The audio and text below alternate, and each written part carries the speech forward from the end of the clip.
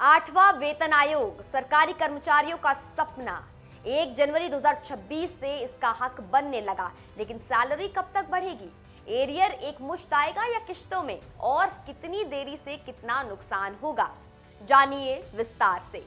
देश के 50 लाख केंद्रीय कर्मचारी और करीब 69 लाख पेंशनर्स का इंतजार खत्म होने वाला है, या कम से कम शुरुआत इसकी हो चुकी है। आठवां वेतन आयोग नियमों के अनुसार 1 जनवरी 2026 से ही ये लागू हो गया है, मतलब इसी तारीख से कर्मचारियों का हक बनने लगा है। लेकिन यही समस्या शुरू हो जाती है। सरकार ने आयोग को रिपोर्ट देने के लिए 18 महीने का समय दिया है। इसके बाद कैबिनेट की मंजूरी, नियम बनना और सब कुछ लागू करने में करीब 6 महीने और लग सकते हैं। यानी आमतौर पर 2027 के आखिर तक या 2028 की शुरुआत तक ये लागू हो सकता है। सबसे बड़ा सवाल है, एरियर कब मिलेगा? All India NPS employee federation के राष्ट्रीय अध्यक्ष डॉक्टर मंजीत पटेल के अनुसार एरियर 1 जनवरी 2026 से ही बनने लगा है।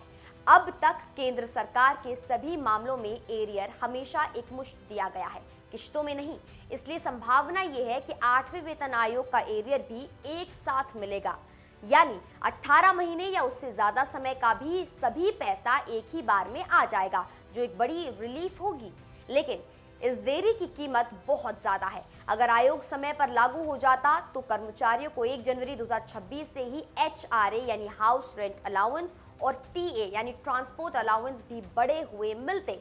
लेकिन देरी की वजह से ये सबसे बड़ा नुकसान है। विशेषज्ञ लेवल 8 के कर्मचारी को देरी के कारण 30 से 35 लाख रुपए तक नुकसान का आंकलन कर रहे हैं, क्योंकि एचआरए और टीए का एरियर आम तौर पर पीछे से नहीं दिया जाता।